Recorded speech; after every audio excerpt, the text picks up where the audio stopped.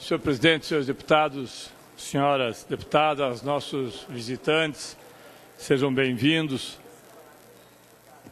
Há alguns dias atrás, senhor presidente, nós tomamos conhecimento de uma decisão do advogado-geral da União, Luiz Inácio Lucena Adams, justamente na linha que nós aqui, durante o mês de abril, quando foi votado para a Previdência, argumentávamos com relação ao projeto que, no nosso entendimento, traz um imenso prejuízo aos servidores e servidoras públicos e ao Paraná Previdência, que é a transferência de mais de 30 mil servidores, a partir de 73 anos, para o Fundo Financeiro, sem que tenham feito nenhum tipo de contribuição em momento algum.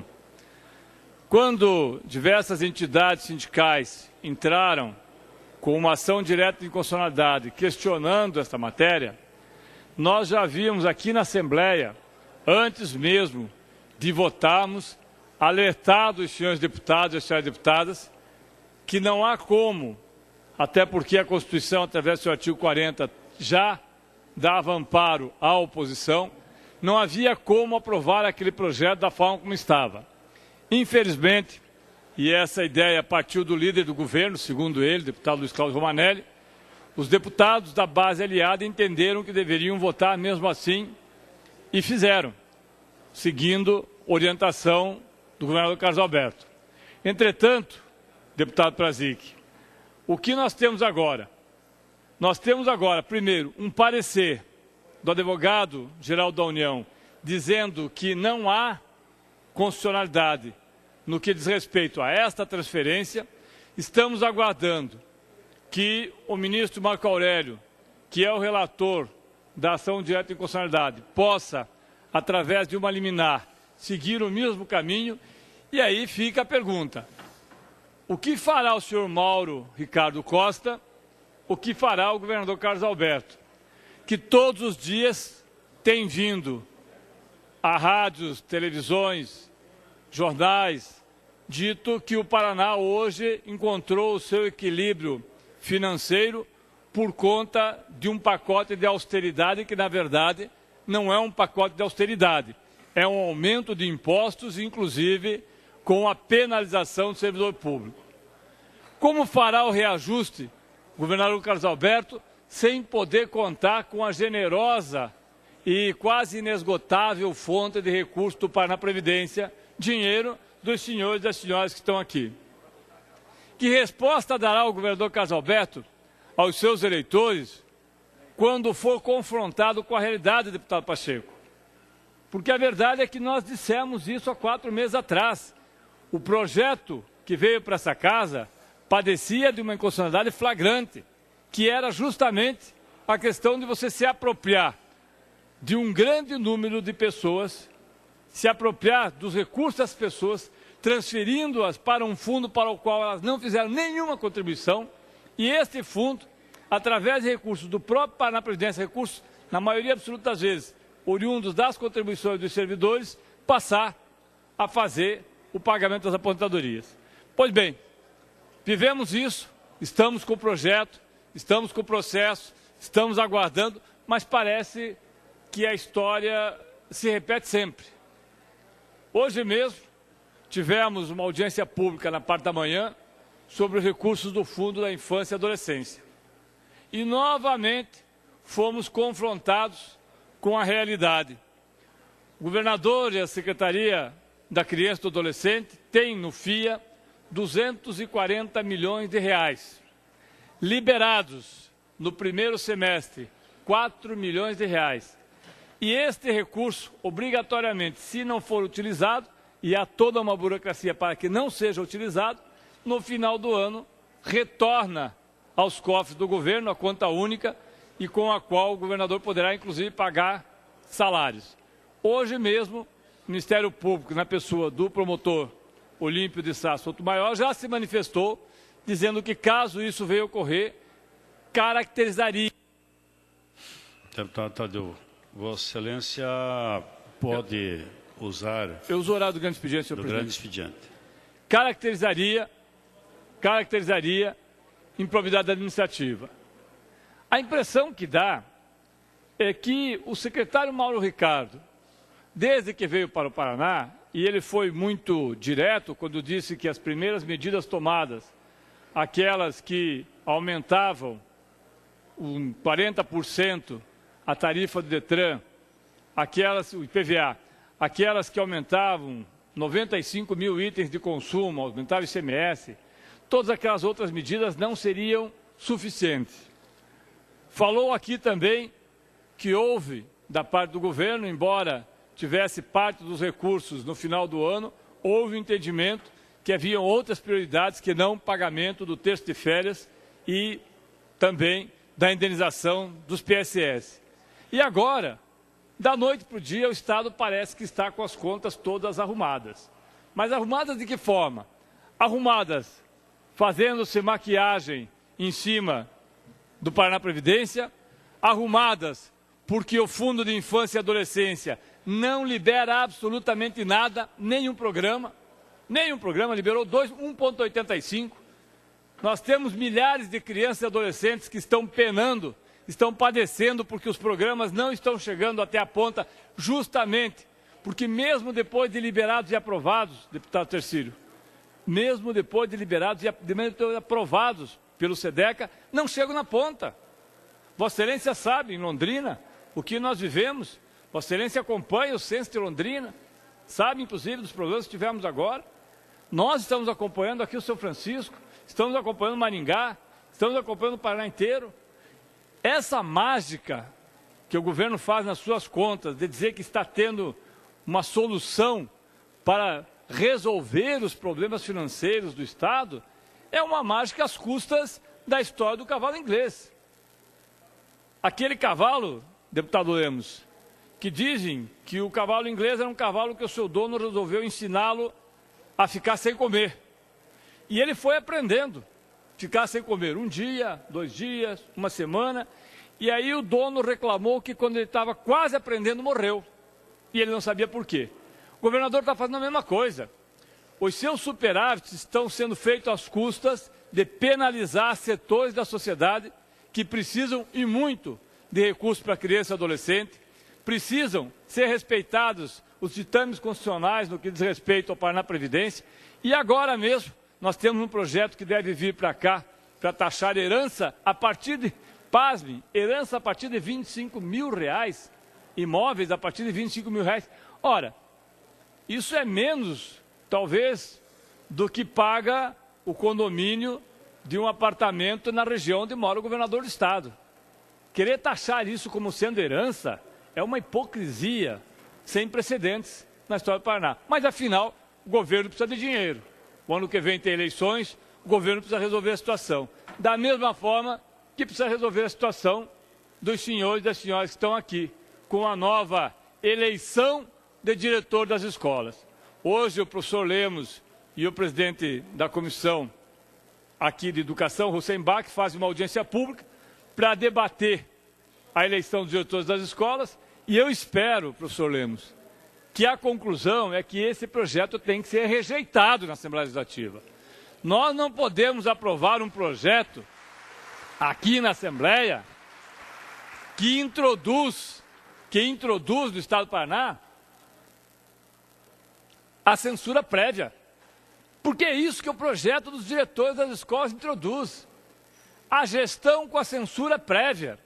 A gestão onde o diretor fica 2 anos sob supervisão da Secretaria e do Núcleo, para depois de 2 anos saber se será ou não reconduzido para um mandato pelo qual ele foi legitimamente eleito, seja pela comunidade escolar em paridade, porque não sabemos como será a votação, seja pelas regras atuais.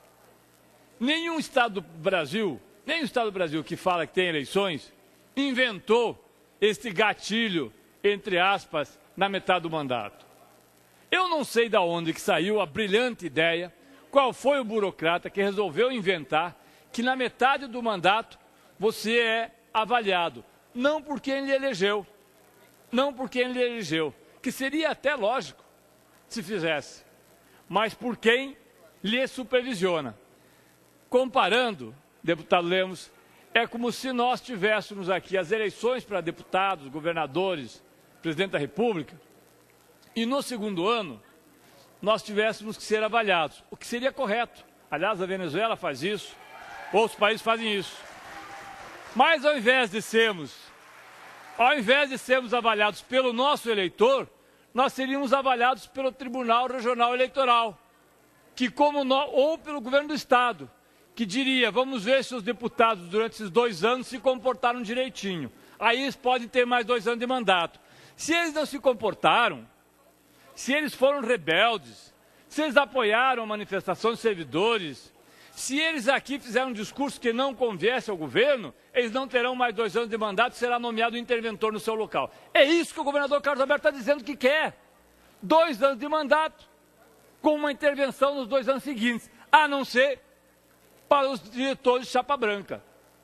Se é para eleger diretor chapa branca, senhor presidente, esquece a eleição, não faz a farsa, não cria esse problema todo, já põe direto, pede para o vereador, para o prefeito, para o deputado, para o senador, pede para indicar uma lista de nomes e o governador indica diretamente junto com o seu secretário. Pronto. E esta pessoa tem responsabilidade direto com o deputado, ou com o governador, ou com o prefeito, mas não com a comunidade que a elegeu, não com a comunidade escolar. Porque como é que se diz para um pai de aluno, como é que se diz para um funcionário de escola que está faltando merenda, mas que você não pode fazer sequer uma carta questionando, porque isso pode comprometer os seus próximos 2 anos? Como é que se diz para um aluno que o pau cantou aqui dia 29 de abril, mas você ficou lá na escola, sentadinho olhando, porque se você viesse aqui, você poderia ter sido visto pelo núcleo e não teria mais 2 anos de mandato? Como é que você diz da sua comunidade que a escola está caindo dos pedaços, que não tem professor, que não tem segurança, mas que você não pode ir à televisão, ao rádio, ao jornal, questionar, porque senão a CED pode fazer a intervenção. Então você não vai ser diretor, você vai ser simplesmente uma voz do dono. Lembram, aqueles que têm um pouco mais de tempo, deputado Francisquini, lembram de um selo que tinha, há muitos anos atrás, de uma gravadora chamada RCA Victor, que é Rockefeller Center, que tinha um gramofone, e um cachorrinho sentado do lado. E embaixo escrito, a voz do dono, porque ele aludia que o cachorro ouvia com tanta perfeição aquele disco, que se sentia como se estivesse ouvindo a voz do dono. Parece que o governador quer botar um gramofone nas escolas para ouvir a voz do dono. Pois eu acredito que o governador vai cair do cavalo. Nós não vamos aceitar esse tipo de intervenção. No que depender de nós, no que depender daqueles que vêm aqui, daqueles que estão no interior do Estado, muitos inclusive, senhores diretores, senhoras diretores, muitos inclusive assustados com a possibilidade de aprovação desse projeto, sem saber como se comportar. O governador aproveita o momento em que sabe que a educação está fragilizada, sabe disso. Ele saiu com 5% de aprovação, o menor índice de aprovação do Brasil entre todos os governadores depois do que aconteceu aqui em abril. Mas ele sabe que a educação está fragilizada. Ele sabe que não haverá uma manifestação de porte grande nesse momento. Mas ele está plantando vento. E quem planta vento colhe tempestade. Ele sabe disso também. Não sei quem aconselha o governador.